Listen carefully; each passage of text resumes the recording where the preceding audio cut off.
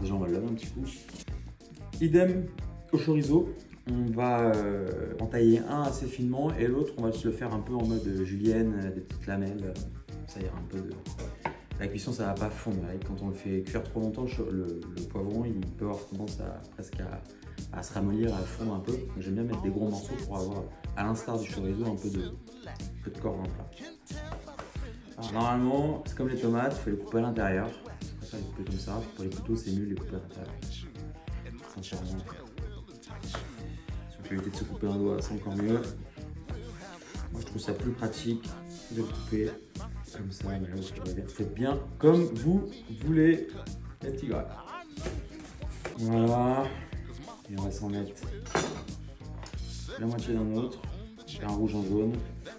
L'autre moitié, si vous ne mangez pas tous vos légumes, vous le mettez dans du papier alu, au frais. Puis vous pouvez les garder quand même un certain temps avant que les produits soient plus bons. Okay.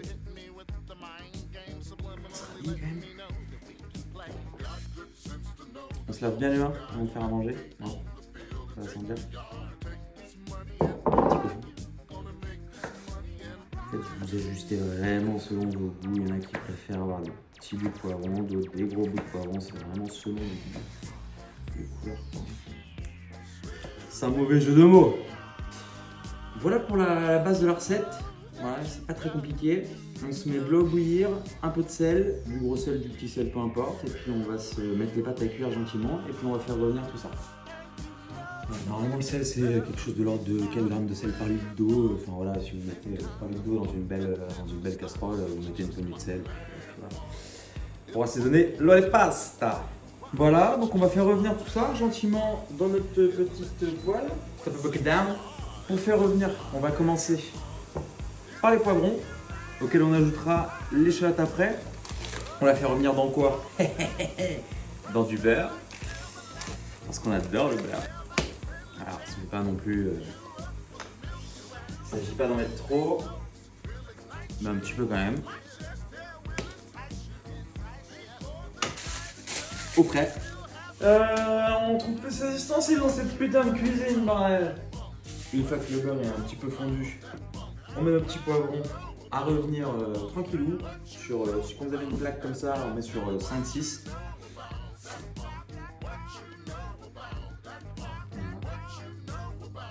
Voilà, donc on fait retirer un petit peu les poivrons dans du beurre, puissance 4, 5, 6, ça dépend du temps que vous avez. Si vous avez un peu de temps, vous mettez sur 4 et vous laissez vraiment popoter. Il ne faut pas que le beurre devienne noisette, il ne faut pas qu'il jaunisse, enfin qu'il brunisse. Dès que vos poivrons commencent à ramollir, vous le sentez hein, quand vous passez la cuillère dedans et puis même à l'œil, vous rajoutez l'échalote. Pour bien que les poivrons ramollissent, vous laissez ça retirer avec le beurre, il faut qu'il soit bien fondant. Le poivron il commence à être un petit peu mou, ça se ramollit gentiment. J'ai rajouté un petit peu d'eau des pâtes.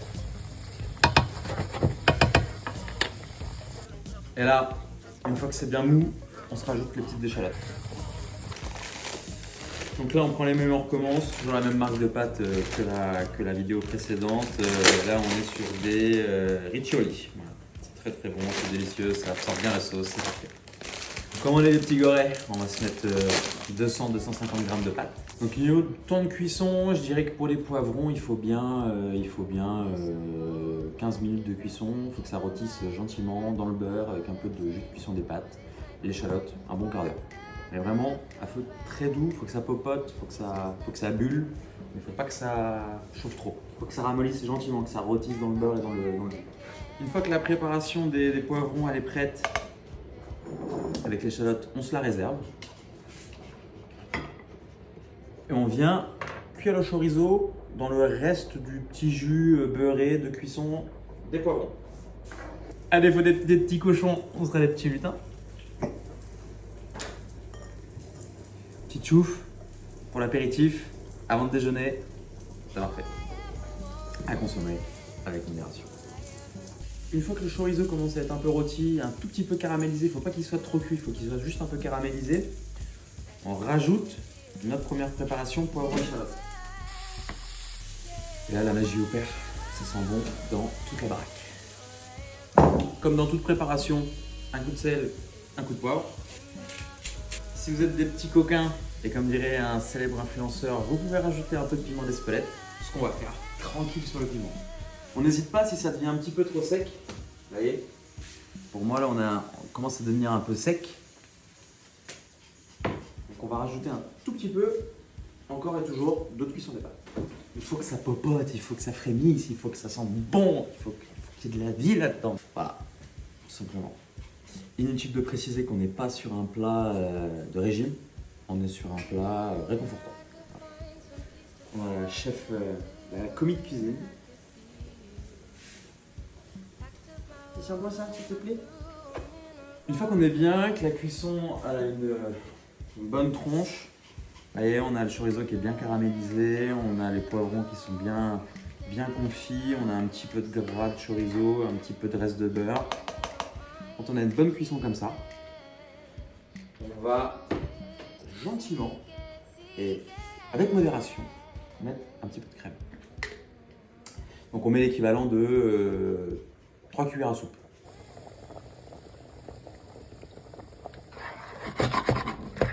Donc on a vidé l'eau des pastas et on va tout simplement mettre les pastas avec le reste.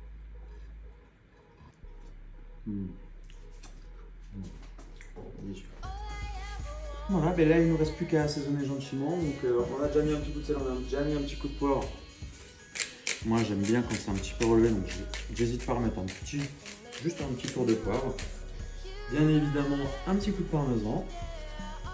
Alors parmesan, c'est vraiment selon les goûts. Moi j'aime bien quand il est assez affiné, entre 24 et 48 mois. Avant je suis pas fan. Et après je trouve qu'il y a trop de cristaux, c'est un peu trop fort. Donc ça, vous trouverez ça chez votre crémier, chez votre fromager. Il vous fera une découpe de parmesan à votre guise. Voilà, donc on met un petit peu de parmesan. Et ce qu'on peut faire pour twister un peu l'affaire, ça marche très bien avec poivron chorizo, c'est de mettre, mais vraiment très légèrement, quelques petits zestes de citron vert. Juste quelques petits zestes. Alors ça c'est vraiment extraordinaire, c'est une râpe microplane. Je sais pas combien ça coûte, c'est pas forcément donné, mais c'est pas non plus exorbitant, ça doit coûter dans les 50 €.